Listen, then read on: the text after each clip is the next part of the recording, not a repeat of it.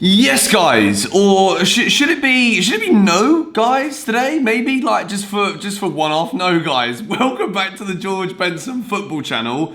I really don't want to make a habit of having that as the introduction to this video, but let's start on a positive note, shall we? Do you remember this lad? You know, he came up through the Chelsea Academy. He went away for like a few moves and he forgot he was a footballer, as my good friend Yam from Football Therapy would say. Dominic Solanke saves the bacon of Chelsea Football Club and Chelsea fans after what was a disaster of a performance against Sheffield United. I don't usually like to have to approach my videos talking about my beloved Chelsea Football Club in such a negative light. So this is really a one-off video, at least I hope it's a one-off video. 6 things we learned, the series where we break down Chelsea's matches. And if you're not yet subscribed to this YouTube channel, I'd like to ask you to do so that you never miss a video. And despite the nature of today's video being 4 red boxes, I almost said 6 because it should be 6 really, but I've decided to, as I always do, take some kind of positive spin on the situation. 4 reds, 2 yellows, 0 greens. If we could just smack a like on this video for me today rather than for our football club, then I will be very, very grateful for that. But it was an awful performance. I didn't actually, for the first time this season, and maybe for like the first time in I don't know how long, I didn't watch the game live. I don't think I've missed the Chelsea live match for I don't know how long, basically, is my answer to that. I was at a party, and it was also my granddad's birthday, so I thought I'd do like a little celebration with my friends. I didn't want to come home and leave the group. I was kind of like, I needed my friends' company basically on Saturday. It was a sad day for me, but I didn't watch it live. I've come back since, and when I looked at the score, 3-0 to Sheffield United, I'm there like, do I even want to watch this back? And then I was like, you lot are going to want to see 6 things that we learn. And, you know, I've got Basil Benedict sending me a message saying, where is it? I've got all of you lot on the screen right now and many more saying, where is 6 things that we learned? Sheffield United fans are like, Benson, we've broken him, like, whatever, okay? I'm here. We're going to talk about the 6 things now. And the first one that I need to discuss is Kepa.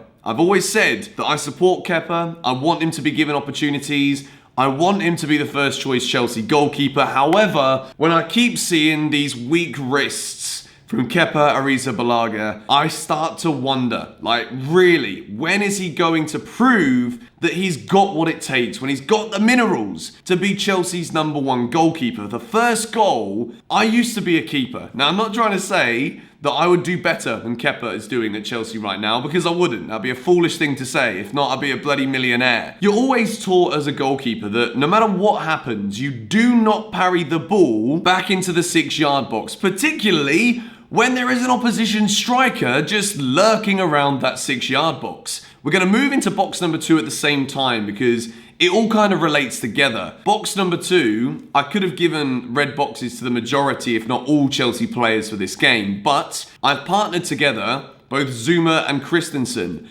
I know, I said it in my preview, Zouma's currently the best centre-back at the club. I wanted to see that partnership again, but the nature of football is that one game they can play well, the next game, they can just be exposed, and both centre-halves were so incredibly flat-footed, even though they didn't really expect Kepa to just be like, here you go, deal with it, boys. I know it was a deflection, but Kepa needs to do better. Flat-footed defending from both Christensen and Zouma. Christensen was bought off at half-time for Antonio Rudiger. We might talk about him in a moment, but between the two of them, there wasn't enough command in play. We saw Zouma with that huge tackle against Crystal Palace. And the more I think back to that now, when I look at Kepa's performances, when I look at the fact that he just doesn't save anywhere near enough of the percentage of shots that come his way, if we'd have conceded that goal against Palace and given away that lead so late, this would have been a really stressful week for Chelsea. And, you know, we've already mentioned the big thank you that we give to Dominic Solanke and Leicester just crumbling the same way that Tottenham Hotspur did when Leicester won the league. But Chelsea,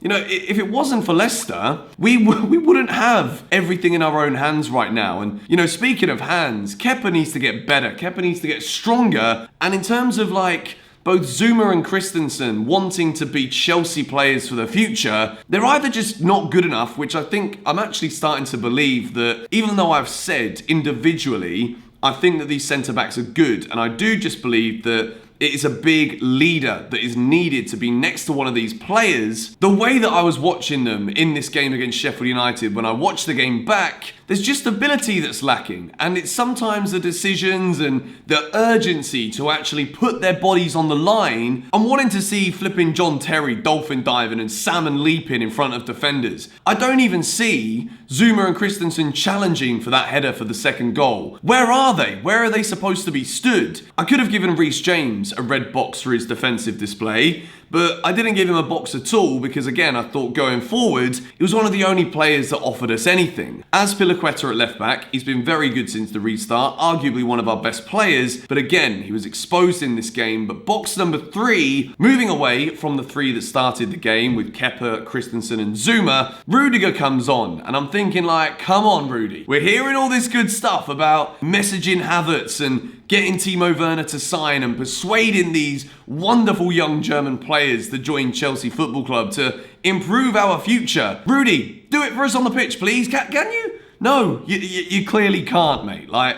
I'm worried about Tony Rudiger. I think that the way that you see him trying to defend for that third goal, it's like he can't even stand up. He can't clear the ball properly. Come on. I don't want to be sat here talking about abysmal defensive performances every single flipping game. However, it wasn't good enough. When he came on for Christensen, I was like, okay, it's a good decision. Christensen's had a poor half. We've looked exposed in every possible way in defensive manners, but Rudiger didn't change the game for us. He didn't come on and offer me any more convincing assurities that he was willing and able to do the defensive work at the back so that Chelsea wouldn't concede more goals. And I'm speaking super fast here because I don't want to be talking all day about all these negative things, but I mean, come on Chelsea, 3 goals, credit to Sheffield United. I know that I've not really done them enough justice this season, be it in my pre-season predictions, I said they'd come 20th. Like, I did think we'd win this game. I genuinely thought we'd beat them. But Sheffield United had that charisma. Sheffield United had that passion. They had that cohesion. And defensively, man for man, from right back, centre back, whatever it is, every single one of their defenders performed better than ours did. And I think all season,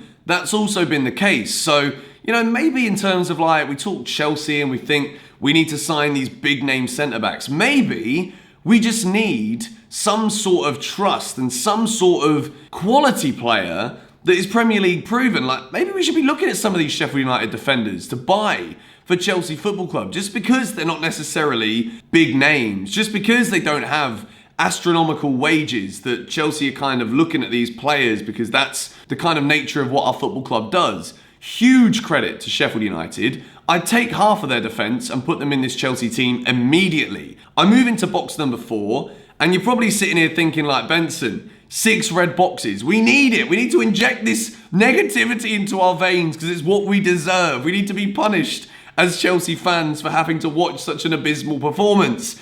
Ross Barkley, I'm giving him a yellow. I saw my boy Jan's tweet after the game and he said how, you know, Ross won all of his duels, he made all of his clearances. In terms of the statistics, which only tells part of the story in football, Ross did very well. And it's like, I can't say this properly because there wasn't anything really positive in this game from Chelsea. But if I did have to give somebody credit, Ross Barkley would be that, because what he did try and do, even though it wasn't always the right thing, he did it okay. He did it well. So it's a yellow box, and the reason it's not green, there was no creativity from Ross Barkley. There was, I'm just going to put Havertz in the box just for a second so that we could all see it. If Kai Havertz was on that pitch, he'd be trying to dribble past players. If Kai Havertz was there, he'd be trying to break through the lines. But what Ross was doing was all the simple things, and it kind of sugarcoats what again was a lackluster creative performance. So it could have easily not been a yellow. I could have given another red box to another one of our players. But I will mention, I thought Willian was poor. I thought Tammy Abraham was poor. I think that Christian Pulisic was actually one of the only bright sparks for Chelsea in the game, if anything. But because he has been so good, it wouldn't have made sense for me to give him a green box for this game, or even a yellow, because he has been so good and it was so poor on the whole. So box number 5, I'm going to give a yellow again to a man who didn't even flipping feature. Mateo Kovacic, because we talk about Chelsea not being able to break the line. A lot of the passing was very sideways. We missed a lot of opportunities because we had no one who was able to carry the ball forward. And I think one thing we've seen from Mateo Kovacic this season is that when Chelsea are struggling to up the intensity, when Chelsea are playing at a slow tempo, Mateo Kovacic is one of those players who has that ability to transition the play with the ball at his feet from defence into attack for Chelsea Football Club. And what this really suggested, we needed Kovacic in this game, and when he's not there, there is a lack of urgency, there is a lack of creativity within this Chelsea midfield. And again, I bring it back to Ross's performance and the fact he did well with some of the things that he was doing, but there was no urgency to drive forward. It just shows that even though we need to invest money on the defence, a player like Kai Havertz is actually a useful player for the club. And I've actually just got TweetDeck open right now. As I'm recording this, someone has said to me, suggestion, add a brown box representing colour for the worst aspect of the game. Ryan, thank you for the suggestion. It's a bit late now. I've given a red box in box number 6, but a brown box, that's coming next time, I promise you that. If we do this bad again, which I bloody hope we don't. So box number 6, I've spoken a lot recently about how I think that we've seen Frank Lampard develop tactically as a manager in recent weeks. He's been making substitutions at very good times. He's brought on players that can change the game with players that maybe were looking a little tired during this Corona period and the restart and all that stuff. But one thing I will say is that I think Frank underestimated the Sheffield United team. I think that Olivier Giroud probably should have started. I do agree with myself that I said what I said in my match preview. You know, it was still a team that should be good enough to beat Sheffield United. I just feel as though that the 2-0 down at half time, changing to 3 at the back, it might have been, in hindsight, something that we should have done at the start of the game. But I also think, in terms of, I know that's hypocritical because I said we should have played the 4 at the back that started the other games that we've been doing well in. I think that when we did change to a 3 at the back, we didn't really know what to do. It wasn't like it was a plan B that was actually choreographed where we anticipated maybe being behind and we needed to change the game by changing the formation. I don't think it was planned well enough from Chelsea.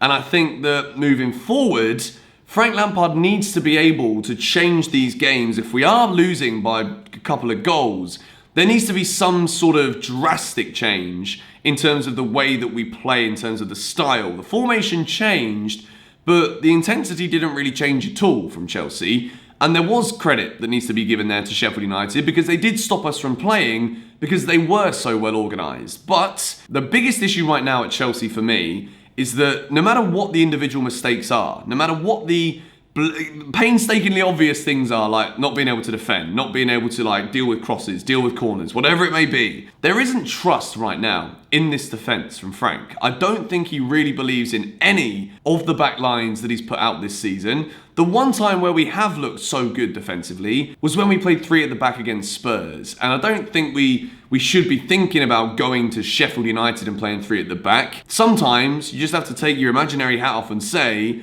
we were beaten by a far better team, by a far more organised team, and by a manager who tactically has nailed what the positives of his players' games are. And I think the thing with Frank this season is that we've seen him make good substitutions. We've seen him make genius tactical decisions, but in terms of fully believing in every starting 11 that he puts out, I don't think there's enough quality in this Chelsea side yet. We've addressed it and we're addressing it in the transfer window, but I don't think Frank fully trusts all of these players. So that's where I'm going to leave it for this video. Please subscribe to the George Benson Football channel if you haven't already. And I've got to say this, Norwich are relegated. Michail Antonio, 4 goals for West Ham. Norwich are now relegated. Please, Chelsea, do not make this any more difficult for ourselves. I expect United to beat Southampton tonight. They're the most informed team in the league. They're playing very well. We've got to do the business against Norwich. We've got 2 more matches left at home. Wolves won 3-0. We've got to go to Liverpool. If we don't win this game against Norwich, we're not finishing in the top 4. And there's only one person, and there's only one group of people who are responsible for that. That is Chelsea. Deliver tomorrow. I'm going to be doing my match preview in tomorrow morning before the game against Norwich. I like to do the previews now first thing in the morning on a match day. There might be a Chelsea news video out later on today, so make sure you stay tuned for that one. Hit the like button if you did enjoy me kind of going in on some of these players today. I probably could have been a lot harder. It could have easily been 6 red boxes. This was the worst performance of Chelsea's season. But thank you for watching. I'll see you all later. Bye-bye.